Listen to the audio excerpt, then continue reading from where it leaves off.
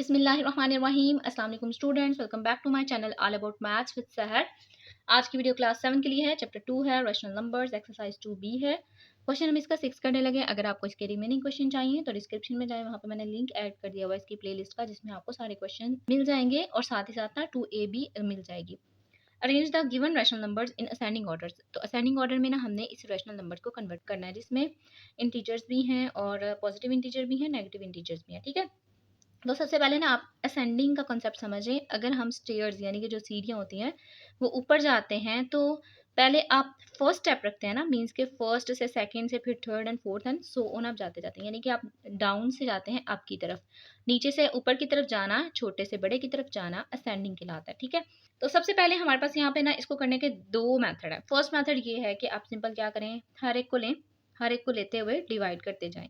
जब डिवाइड करेंगे पॉइंट की फॉर्म में आएगा आंसर, जब हमारे पास डेसिमल यानी कि पॉइंट की फॉर्म में आ जाएगा ना ये, फिर हम उनको कंपेयर करते हुए अरेंज करेंगे। जब उनको अरेंज कर लेंगे फिर उनकी जो असल फॉर्म होगी यानी कि जो स्टैंडर्ड फॉर्म होगी वहाँ पे यहाँ पे लिख देंगे। और सेकंड मेथड ये है कि आप इनके डिनोमिनेटर को सेम करें। जब आप इनको सेम कर लेंगे तो ऊपर वाले हिस्से को यानी कि जो ऊपर वाला हिस्सा न्यूमिनेटर है उसको ऑब्जर्व करना आसान हो जाएगा। तो मैं आपको सेकंड वाला मेथड करवा रही हूँ, फर्स्ट वाला तो आप कोई भी कर सकता है। सेकंड वाले मेथड में क्या करना है, यहाँ पे हमने 5, 2, -15 एंड -10 इनका आपने एक जो है ना कॉमन मल्टीपल फाइंड कर लेना है। ठीक है, अच्छा तो यहाँ पे मैंने वो सारी वैल्यूज लिख ली हैं जिनका हमने कॉमन मल्टीपल फाइंड करना है। तो सबसे पहले मैं स्टार्ट करूंगी 2 से, क्योंकि छोटे से शुरू करते हैं। 2 के टेबल में 5 नहीं आता तो 5 एज इट इज आ जाएगा। 2 1 ज़ा 2, 15 भी as it is plus plus ही है, यानी कि पॉजिटिव ही आप लेंगे, इनको नेगेटिव लेने की जरूरत नहीं है, ले भी लें तो कोई फर्क नहीं पड़ता। 2 5 ज़ा 10, ठीक है, और 2 5 15 जो है वो 2 के टेबल में नहीं आता, इसलिए 15 को एज इट इज रखेंगे। अब 3 से करते हैं, क्योंकि 2 कोई भी इवन नंबर मौजूद नहीं है। 5 एज इट इज, क्योंकि 5 3 के टेबल में नहीं आता। 1 भी एज इट इज। 3 5 से 15 एंड 5 एज इट इज, क्योंकि 5 3 के टेबल में नहीं आता। अब बाकी बचा 5, तो हम 5 ही ले लेंगे।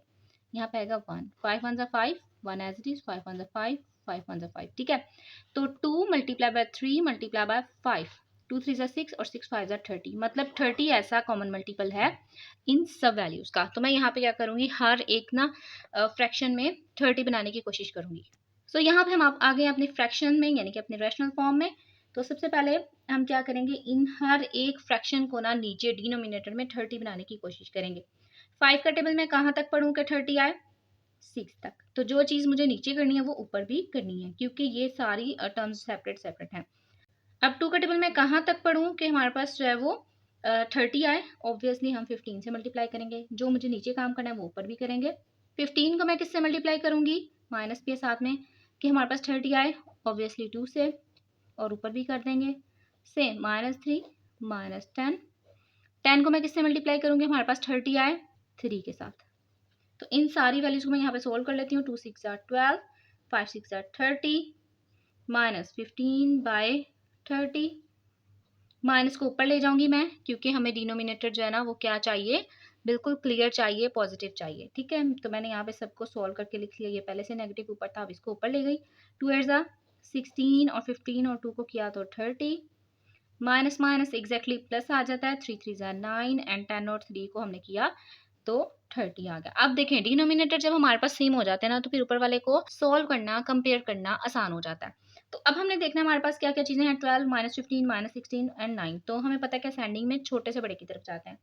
तो अब आपने बात करनी है पॉजिटिव नेगेटिव में। जब हमारे पास पॉजिटिव और नेगेटिव दो वैल्यूज आ जाती हैं, तो ऑब्वियसली हमारे पास जो नेगेटिव फॉर्म होती है वो ऑटोमेटिकली छोटी हो जाती है। तो पॉजिटिव को इग्नोर करें फिलहाल के लिए, अभी हमने नेगेटिव पे फोकस करना है। अब दो नेगेटिव वैल्यूज आ गई, अब हम इनको कंपेयर करके पहले उस हिसाब से इनको अरेंज कर लेते हैं। ठीक है, तो देखें 15 और 16, छोटा कौन सा है, 15 है। देखने में ये छोटा है और ये बड़ा है, लेकिन जब नेगेटिव साइन अप्लाई हो जाता है तो इसका मतलब ये जो आपको छोटी वैल्यू नजर आ रही है ये हो जाती है बड़ी, और जो सबसे बड़ी वैल्यू नजर आ रही होती है वो हो जाती है नेगेटिव साइन की वजह से छोटी। इसका मतलब मैं सबसे पहले इसको यहाँ लिखूंगी -16/30। अभी आप इसको लिख लें, नेक्स्ट स्टेप में हम इनकी स्टैंडर्ड फॉर्म जहाँ से ये आ रहे थे वो सारी फॉर्म लिख देंगे, तभी हमारे पास आंसर आ जाएगा। अब पॉजिटिव नेगेटिव, दो नेगेटिव थी, एक को हमने लिख लिया, उसके बाद हम ये लिखेंगे, क्योंकि दो ही नेगेटिव साइन है, दो ही नेगेटिव वैल्यूज हैं। अब बचती है बात इसकी और इसकी। 9 एंड 12 पॉजिटिव हैं, वी नो डैट कि पॉजिटिव में हम कोई भी छोटे बड़े को नहीं करते, जैसे हमारा चल रहा होता है हम वैसे ही लिखते हैं। उसके बाद बड़ा कौन सा होगा, पॉजिटिव 9, 9 से बड़ा 12, सो मुझे ये लिखना है 9/30 और उसके बाद लास्ट पे 12/30। तो अब इनकी जो स्टैंडर्ड फॉर्म आ रही थी जहाँ से ये बिलोंग कर रहे थे वो हम यहाँ पे लिखेंगे।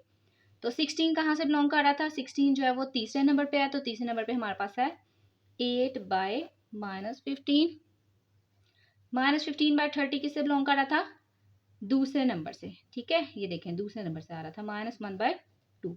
9/30, 9/30 कहाँ से बिलोंग कर रहा था, फोर्थ वाले से, तो 4 में हमारे पास -3/-10 है, ठीक है। लास्ट पे 12/30 है, तो 12/30 बिलोंग कर रहा है फर्स्ट नंबर से, यानी कि हमारे पास ये सारी अरेंजमेंट आ गई है, ठीक है। अगर आप उस तरीके से करें तो वो भी हमारे पास फिर नेगेटिव पॉजिटिव कंपेयर करना रह जाएगा, जो फर्स्ट मेथड है जिसमें हम डिवाइड करके सॉल्व करते हैं ना, तो उस तरीके से भी आप इसको सॉल्व कर सकते हैं।